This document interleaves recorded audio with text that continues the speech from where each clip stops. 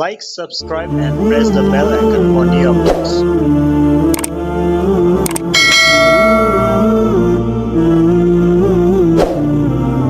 نحمده ونصلي ونسلم على رسوله الكريم اما بعد فاعوذ بالله من الشيطان الرجيم بسم الله الرحمن الرحيم الحمد لله الذي خلق السماوات والارض وجعل الظلمات والنور ثم الذين كفروا بربهم يعدلون هو الذي خلقكم من طين ثم قضى أجلا وأجل مسمى عنده ثم أنتم تمترون وهو الله في السماوات وفي الأرض يعلم سركم وجهركم ويعلم ما تكسبون وما تأتيهم من آية من آيات ربهم إلا كانوا عنها مؤرزين فقد كذبوا بالحق لما جاءهم فسوف يأتيهم أنباء ما كانوا به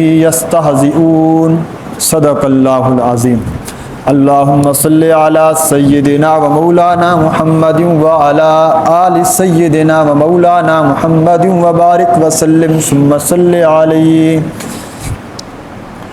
سورۃ الانعام جی یہ مکی صورت ہے، 165 آیات اور 20 رکوعات پر مشتمل یہ صورت ہے. یہ سورۃ المائدہ سے بڑی صورت ہے آیات کے اعتبار سے. سورۃ المائدہ کے اندر مائدہ کا ذکر تھا. انعام کو انعام کیوں کہتے ہیں؟ انعام کہتے ہیں چوپائے. چوپائے چو کہتے ہیں چار کو، چار پائے والے مراد جانور، اور یہاں مراد وہ جانور جو اللہ نے انسانوں کے لیے حلال بنائے تھے اور لوگوں نے اپنی طرف سے ان کو کیا بنا دیا؟ حرام. تو مائدہ اور انعام کا ربط کیا ہوگا کہ میں تمہارے اوپر مائدہ والا انعام نازل کروں گا بشرطے کہ تم انعام کو، میرے حلال کیے ہوئے انعام کو حرام نہ کہو. انعام کروں گا، انعام حرام نہیں کرنا. مائدہ میں نفی شرک فی التصرف اور نفی شرک اعتقادی کا اجمال تھا. انہی مضامین کی یہاں تفصیل آئے گی. اور یہ سورت توحید سے بھری ہوئی ہے.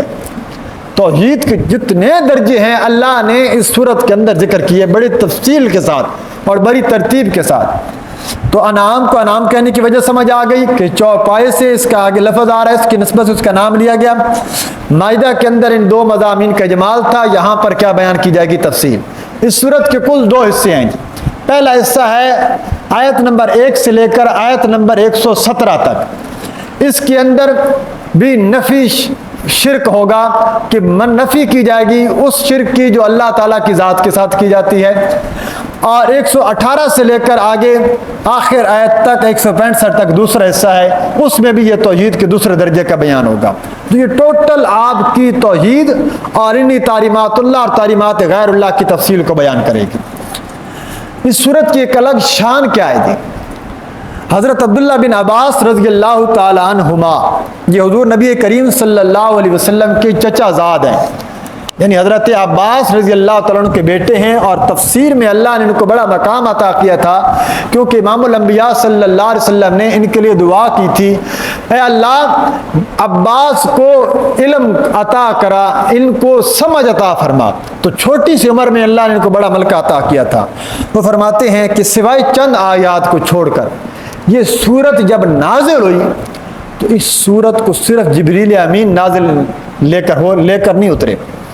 اس سورت کے ساتھ 70,000 فرشتے تسبیح اور تعمید کرتے ہوئے ساتھ اترے تھے، جو اس سورت کی عظمت کو بتلانے کے لیے آئے تھے. یہ معمولی سورت نہیں اتاری جا رہی آسمان سے، یہ وہ سورت ہے، اس کے ساتھ اللہ نے بڑے پروٹوکول کے ساتھ اس کو بھیجا. 70,000 نوری فرشتے سبحان ربی العظیم، سبحان اللہ کی صدائیں لگاتے ہوئے اللہ کے محبوب پیغمبر کے پاس یہ سورت لے کر آئے تھے. تو یہ سورت اتنی عظمت والی ہے. چیز کی عظمت جب دل میں آ جائے تو پھر سیکھنے کا مزہ آتا ہے. جب ہم سورت کو شروع کرنے لگے ہیں تو اللہ سے دعا کرتے ہیں کہ اللہ تعالیٰ میں صحیح طریقے سے پڑھنے اور سمجھنے کی توفیق عطا کریں. تو یہ سورت جو ہے اب اس کے اندر نا میں نے کہا تھا قرآن مجید کے 4 حصے ہیں، پہلا فاتحہ سے لے کر یہاں تک، یہ دوسرا یہاں سے لے کر سورۃ کاف تک، تو یہ دوسرے حصے کی ابتدا اور یہ ہر حصے کی ابتدا الحمدللہ سے اللہ کریں گے، اور یہاں ربوبیت کا بیان ہے۔ اللہ تقریباً تمام صورتوں میں یہاں سے لے کر سورۃ کاف تک تمام صورتوں میں یہ مسئلہ ذکر کریں گے، اوے لوگوں رب میں ہوں، تم سب کا پالن ہار میں ہوں، تمہیں چھوٹے روٹی کے ایک نوالے سے لے کر بڑے سے بڑی نعمتوں تک دینے والی ذات میری ہے، جب یہ ساری نعمتیں میں دیتا ہوں تو پھر عبادت میں میری کیا کرو، میرے ساتھ کسی غیر کو شریک نہ ٹھہرایا کرو۔ الحمدللہ سے سورت کا آغاز کیا۔ اللہ کہتے ہیں تمام تعریفیں اللہ کے لیے ہیں۔ کیا مطلب؟ کہ تم تعریف کرو نہ کرو، اللہ کی تعریف پہلے بھی ہو رہی ہے۔ دیکھیں فرشتے جو ہیں، فرشتے یہ اللہ کی تعریف کر رہے ہیں یا نہیں کر رہے؟ یعنی کہ مقصد ہی کوئی نہ، اللہ کی عبادت کرنا۔ اللہ نے قرآن مجید میں فرشتوں کی ایک صفت ذکر کی کہ وہ اللہ کے کسی حکم کی نافرمانی نہیں کرتے۔ یہی تو فرشتوں نے کہا تھا جب حضرت آدم کو پیدا کرنے لگے تھے، اللہ تو ایک ایسی مخلوق کو پیدا کر رہا ہے جو تیری نافرمانی کرے گی، اور ہم جو بیٹھے ہیں تیری تسبیح تحمید کے لیے۔ تو اللہ کی تسبیح اور تحمید کو اللہ کی ہماری ضرورت نہیں ہے۔ آج لوگوں کو یہی تو اشکال پڑ گیا، نماز نہیں پڑھتے، ذکر نہیں کرتے، ٹھیک ہے جی بھئی آپ نے لیے کرنا ہے نہ کرو، اللہ تو مستغنی ہے، اللہ الصمد، اللہ بے نیاز ہے۔ کبھی بے نیاز کا معنی سمجھا ہے؟ اللہ الصمد، یہ سورۃ اخلاص میں ہم پڑھتے ہیں، وہ اکیلا ہے، وہ بے نیاز ہے۔ بے نیاز اس ذات کو کہتے ہیں کہ پوری کائنات کے کسی ذرے سے بھی اسے کسی چیز کی استغنا نہ ہو، اس سے کسی چیز سے امید نہ ہو کہ یہ میرا کام آئے گا تو میری تعریف بنے گی۔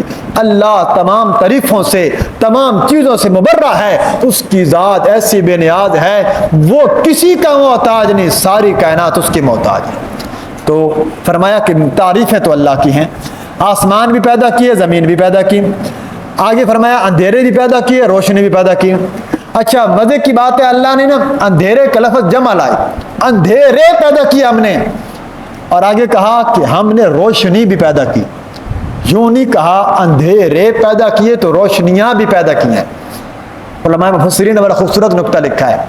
نقطہ کیا ہے کہ اندھیرے بہت سارے ہوتے ہیں، شرک کا اندھیرا، بدعات کا اندھیرا، رسومات کا اندھیرا، گمراہیوں کا اندھیرا، مختلف باطل نظریات کے اندھیرے، ہمارے برے عقائد کے اندھیرے، برے اخلاق کے اندھیرے۔ اللہ کہتے ہیں اندھیرے بہت سارے ہیں، ان اندھیروں سے نکلنے کی روشنی صرف ایک ہی ہے، وہ اللہ کی کتاب ہے اور محمد مصطفیٰ صلی اللہ علیہ وسلم کا فرمان ہے۔ روشنی ایک ہی ہے۔ دیکھیں اگر اندھیرا بہت سارے ہوں، انسان بادل کا اندھیرا اور رات کا اندھیرا ہے، گہرائی کا اندھیرا ہے، بلب ایک روشن کیا جائے تو روشنی تمام اندھیروں کو ختم کر دیتی ہے۔ تو فرمایا کہ اندھیرے بہت سارے جمع ہو چکے ہیں، اگر ان اندھیروں کو ختم کرنا چاہتے ہو تو اللہ کی کتاب کی نورانیت کو روشن کر دو، اللہ تمہارے تمام اندھیروں کو ختم کر دے گا۔ اس کے بعد فرمایا ہم نے تمہیں نا، یہ میں ساری تفصیل پہلے سے بتا دیتا ہوں تاکہ ترجمے میں پھر آسانی رہے، ہم نے تمہیں مٹی سے پیدا کیا۔ مٹی سے مجھے اور آپ کو، یہ ایک اشکال ہے، اچھا اللہ نے مٹی سے مجھے اور آپ کو تو پیدا نہیں کیا۔ اللہ قرآن میں جہاں بھی انسان کا ذکر کرتے ہیں اللہ کہتے ہیں میں نے تمہیں مٹی سے پیدا کیا۔ مٹی سے تو صرف حضرت آدم پیدا ہوئے، کیونکہ حضرت آدم ابو البشر ہیں۔ ابو البشر کسے کہتے ہیں؟ بشر کا باپ، جس سے انسانیت کی ابتدا ہوئی، چونکہ پہلا فرد اس کائنات کا حضرت آدم علیہ السلام ہے، اور ان کی تخلیق مٹی سے ہوئی ہے۔ اور مٹی کون سی تھی؟ حدیث میں آتا ہے اللہ نے حضرت آدم علیہ السلام کا جو خمیر بنایا، جو مٹی بنائی، وہ پوری روئے زمین کی مختلف مٹیوں کو جمع کر کے ان کا اجزاء جمع کیے۔ اب اس کا اثر کیا نکلا؟ کوئی مٹی کالی، کوئی مٹی گندمی، کوئی مٹی سفید، کوئی مٹی سیاہ، کوئی مٹی کس رنگ کی، کوئی پتھریلے علاقے سے، کوئی نرم علاقے سے، کوئی ایسے علاقے سے۔ اب اس مٹی کا اثر یہ نکلا، کوئی انسان سفید، کوئی سیاہ، کوئی گندمی رنگ، کوئی سیاہ رنگ، کوئی سفید رنگ، یہ جو مختلف رنگ ہیں یہ اس مٹی کا اثر ہے۔ پھر کوئی مٹی سخت ہے، پہاڑی علاقوں میں آپ بور کرنے جائیں وہاں پر کسی بھی نہیں چلتی، اتنی سخت زمین ہے، کہیں پر اتنی نرم زمین ہے۔ کوئی انسان بڑے نرم مزاج کا ہوتا ہے، کوئی انسان بڑے سخت مزاج کا ہوتا ہے، جو ہمارا محاورہ بھی ہے نا اور یہ طبی طور پر آپ دیکھ لیجیے گا، جن علاقوں کے اندر آپ جائیں گے، یہاں اوپر چلے جائیں جہاں سہولیات کم ہیں، سختی زیادہ ہے، ان کے لہجوں میں بھی سختی ملے گی، ان کے کاموں میں بھی آپ کو سختی ملے گی. تو یہ دلوں کا سخت ہونا، نرم ہونا، مزاجوں کا تبدیل ہونا، یہ بھی اس مٹی کا اثر ہے جو ہمارے باپ حضرت آدم علیہ السلام کے اندر رکھی گئی. اچھا، ہم بھی مٹی کی پیداوار ہیں. کیسے کہ انسان پیداوار ہے نطفے کی، ماں باپ کی میاں بیوی کا میلاپ ہوا، انسان پیدا ہوا، لیکن وہ جو نطفہ بنا ہے وہ خوراک سے بنا ہے، اور دنیا کی تمام خوراکیں وہ زمین سے پیدا ہوتی ہیں. آسمان سے بارش برستی ہے، گندم ہے، جو ہے، چاول ہے، چنے ہیں، جو انسان کھاتا ہے وہ مٹی سے بنتی ہے، اور اس مٹی کی غذائیت انسان کے اندر موجود ہے. اس لیے فرمایا ہم نے تم کو مٹی سے پیدا کیا. اور پھر دو چیزیں بنائیں، ایک انسان کی انتہا، ایک اس عالم کی انتہا. میری اور آپ کی انتہا میری اور آپ کی موت ہے. آج لوگ کہتے ہیں قیامت بڑی دور ہے. بھائی قیامت دور ہے، اس سے آپ کا کیا تعلق؟ قیامت اللہ کرے پتہ نہیں 500 سال نہ آئے، 1000 سال نہ آئے. کیا آپ میں سے یہاں جتنے لوگ بیٹھے ہیں کوئی بندہ گارنٹی دے سکتا ہے کہ ہم صبح کا چڑھتا سورج دیکھ سکتے ہیں؟ تو کیا مطلب ہے اس کا؟ مطلب یہ ہے، اللہ کہتے ہیں تمہاری ایک میں نے عمر مقرر کر دیا ہے، اس سے 1 سیکنڈ بھی زیادہ نہیں کر سکتے. تو بعض اوقات روایات میں آتا ہے انسان لمبی سوچے، جب سوچ رہا آتا ہے نا، اوپر تقدیر ہنس رہی ہوتی ہے، یہ کیا سوچ رہا ہے، اور صبح اس کی موت کا وقت ہے، اتنے عرصے بعد اس نے مر جانا ہے. تو لیکن یہ اللہ نے موت کا وقت مخفی رکھ کر میرے اور آپ پر احسان کر دیا. اگر مجھے پتا میں نے 1 مہینے کے بعد مر جانا ہے، میں تو 1 مہینے نہ کھاؤں گا نہ پیوں گا، میں گھجرے میں جا کے بیٹھ جاؤں گا، میرا تو وقت آ گیا. اللہ نے فرمایا یہ امتحان بھی ہے، آزمائش بھی ہے. یہ آزمائش اسی طرح ہے، بتاؤں گا نہیں، یہ میرے علم کے اندر ہے، لیکن تم اپنی تیاری کر کے رکھنا. اور فرمایا ایک انتہا اس پورے عالم کی انتہا ہے، وہ فرمایا وہ قیامت کے دن اللہ تعالیٰ جب قیامت قائم کریں گے تو پھر کیا کریں گے. اب یہ ساری دلائل ذکر کرنے کے بعد اللہ کہتے ہیں جب یہ سب کچھ ہم نے پیدا کیا ہے تو میرے بندے عبادت بھی میری کیا کرو، پکار بھی مجھے کیا کرو، نظر و نیاز بھی میرے نام کے دیا کرو. اب آئیے جی ترجمہ دیکھیے. یہ تمام تفاصیل انہی آیات کے اندر داخل ہیں.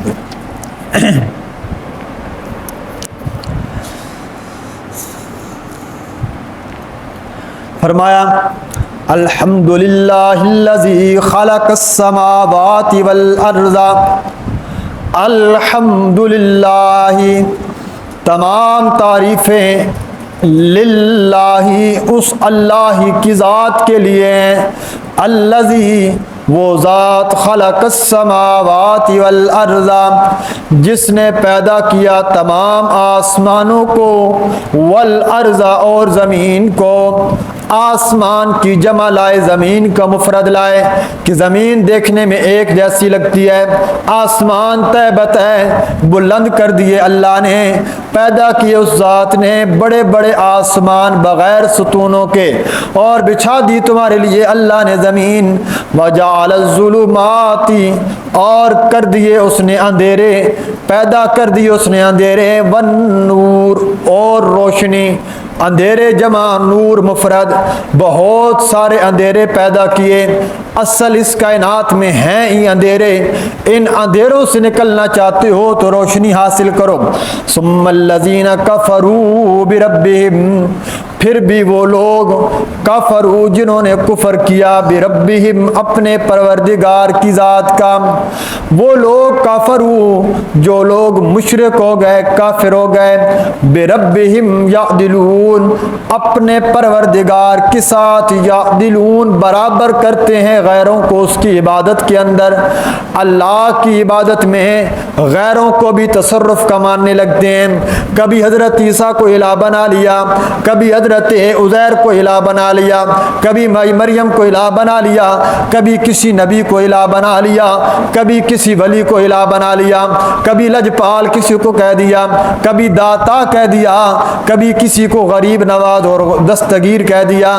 فرمایا یہ سارے کے سارے بندے کفر کرنے لگے، شرک کرنے لگے جب انہوں نے خدا کے ساتھ کسی اور کو شریک بنا دیا. آؤ ذرا سنو تو صحیح اللہ نے تمہارے اوپر کیا انعام کیا ہے.